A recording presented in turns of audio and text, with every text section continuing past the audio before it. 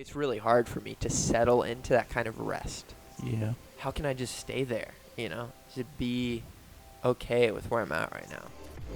Expect us to see different perspectives, different insights, and why they might be relevant to your life.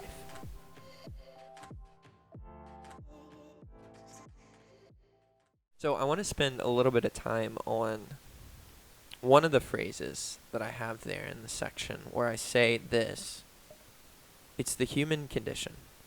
To work, to do, to find, to chase. It's out there somewhere. I need to attain it. Do you have any initial thoughts to that when I say that? What comes to mind? And if not, that's cool too.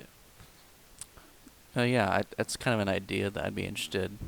Kind of You're understand like, more of I what don't you wanna. mean by that. Like, it's out there. So obviously, as humans, we're pursuing things. We're always pursuing something, whether it's God or whatever else.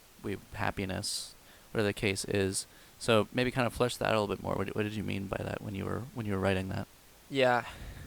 Thanks, man. I really should do that. So I think just what was coming to mind when I was writing that is like, really interestingly, many things in our lives operate on the basis of merit, Like, think about getting a job. Like, how do you get a job? Well, you have to have a resume. You have to impress your interviewer. It's all merit based. Maybe you can think about relationship with a girl that you want to impress, like you want to woo her. A lot of times when you think about relationships, as well as the concept of money, even based on merit, status, success. That's what it means to have a lot of money. You're successful. At a certain point, it's not to like take care of yourself. It's just it's showing something off to the world. Yeah. Um. Anyway, so that I think is what I was kind of getting at when I talk about the principle of it's out there, it's the chase, it's living life in regard to kind of this meritorious status. Right. Okay.